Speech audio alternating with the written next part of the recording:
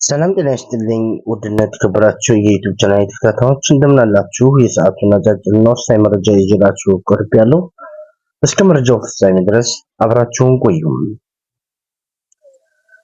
በባህር ዳር ሚያዝያ 5 ቀን 2018 ባለፉት ዓመታት በአማራ ክልል የተከሰተውን ግጭት በሰው ሕይወትና በንብረት ላይ ጉዳት አድርሷል ሲሉ ፍቅሩ በዛሬው ዕለት ገለጹ።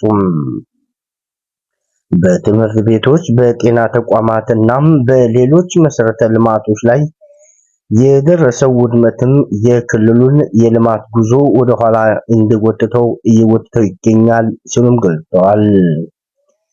የክልሉ ነዋሪዎችም ለማህበራዊ እና ኢኮኖሚያዊ ቀውስ ዳርጎታል ሲሉም በዛሬው ዕለት አስተያየታቸውን ሰጥተዋል። በበርካታ ታጣቂዎች በተደረጉት ህዝባዊ ውይይቶች ለዘላቂ ሰላም የሚደረጉ ጥረቶች ተጠናክረው እንዲቀጥሉም የህዝቡ በየመድረኩ እየጠየቀ መሆኑንም አስታውቋል። ጫካ የገቡ ኃይሎች ለሰላም ቅድሚያ በመስጠት ሊመለሱ እንደሚገባም ማህበረሰቡ የሽምግልና እና ሃይማኖት ስነ ስርዓቱ እየተማጸነ ይገኛል ሲሉም አስታውቋል። መንግስትም በተደጋጋሚ ባቀረበው የሰላም ጥሪ መሰረት በትጥቅ ትግል ላይ የነበሩ በርካታ ታጣቂዎች የሰላም ጥሪውን እየተቀበሉ መሆኑንም አስረድተዋል። በተለይም የሰላምን አማራጭ መርጠው ከጫካ የተመለሱ እንደ ፍቅሩ ሙሉዬ ያሉ ወጣቶችም ምስክርነትን የትግሉን መራራ እውነትም ቁልጭ አድርጎ አሳይቷል ሲል አብራርቷል።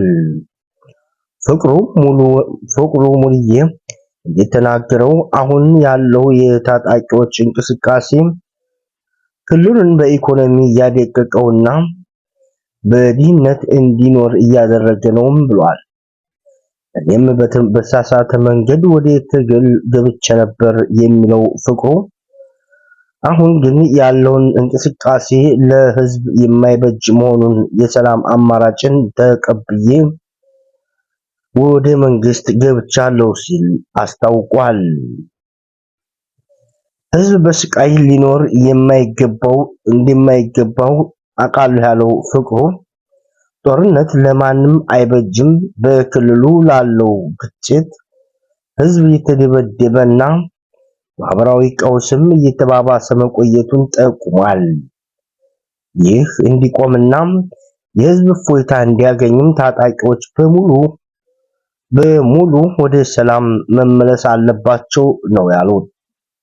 የታጣቂዎች ትግልም ለህዝብ አይጠቅምም ያለው ፍቅሩ ዓላማ የሌለው የግለሰቦች መነገጃ ሆኗል የሚለው ፍቅሩ ህዝብም በታጣቂ ቡድኑ እየተማረረ መሆኑንም አስረድቷል።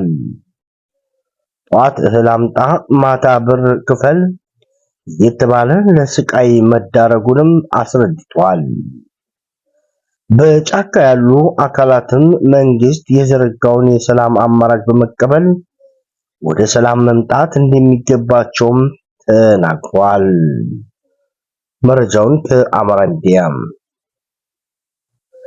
ወደ ሌላ መረጃ ስናልፍ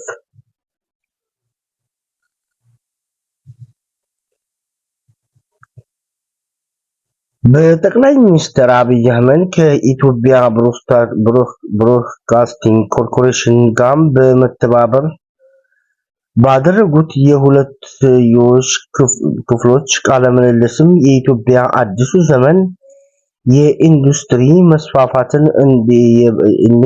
በይነ መረቦች እንደሆነም አስረድተዋል።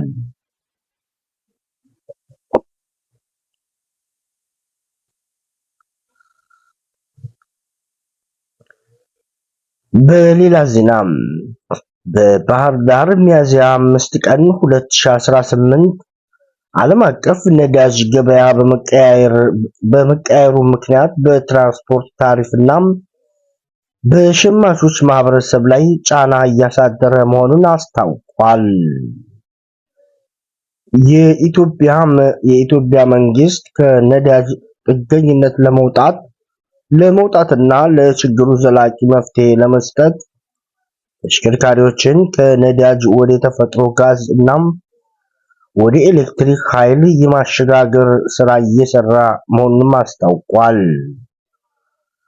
ባህር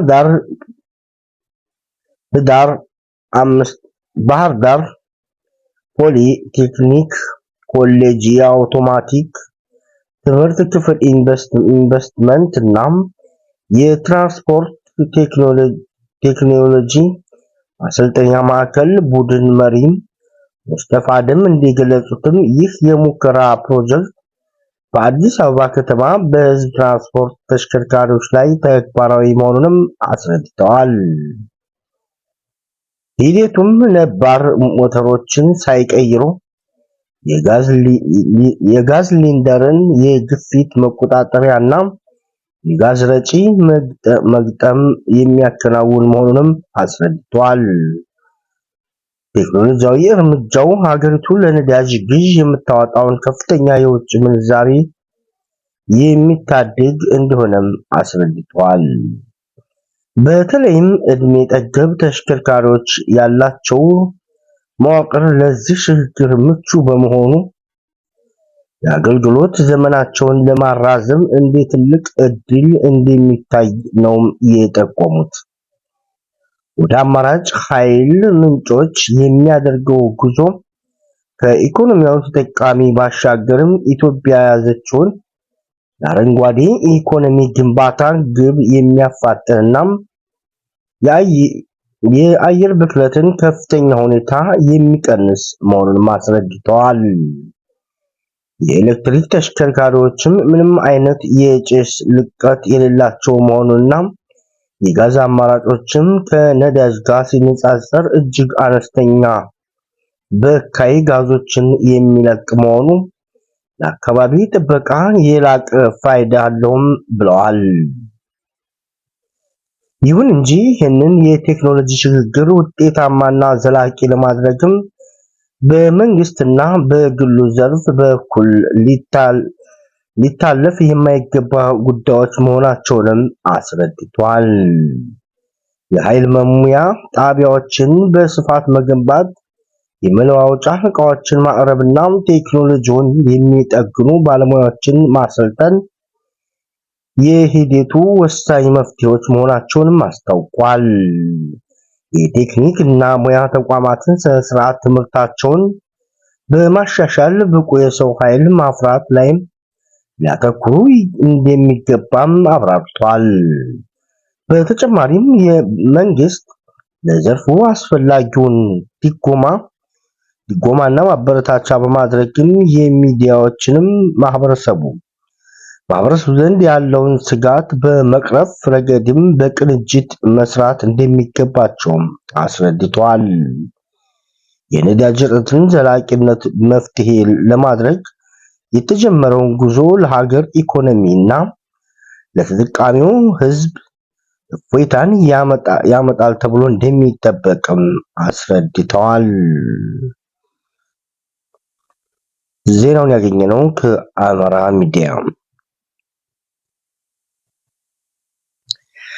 በሌላ ዜና ባህር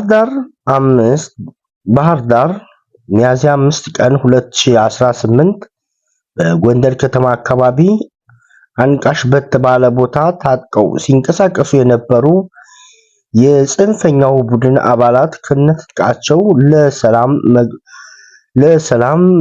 ወደ ሰላም መግባታቸውን በቦታው ተገኝተው የተቀበሏቸው የሀገር መከላከያ ሰራዊት ከፍተኛ አመራሮች ኮሎኔል አሸናፊ ብርቄ ተናግረዋል። አባላቱ በተሳሳተ መንገድ ወጥተው ህዝባቸውን ከመበደል ባሻገር ለአማራ ህዝብ ያስገኙት ለውጥ አለመኖሩን ዘግይተውም ቢሆን ሲገባቸው መንግስት ያቀረበውን የሰላም ጥሪ ተቀብለው ወደ ሰላም መንገድ መመለሳቸውን የኮሎኔል አሸናፊ ገልጿል። የሰላም አማራጩን ተቀብለው የመጡት ኃይሎችም ብሬንና ክላሽ መያዝ ብሬን እና ክላሽ መያዝ በቀጠናው ወደ ተሰማራ ነው ለጦር መግባታቸውንም የሀገር መከላከያ ሰራዊት መረጃ ያመለክታል። ፕሮግራሞቻችን ለዛሬ ያዝናችሁ ዜና እስካሁን ነበር። በሌላ መረጃ እስከምንገናኝ ድረስ መልካም ሁሉ ተመኘን።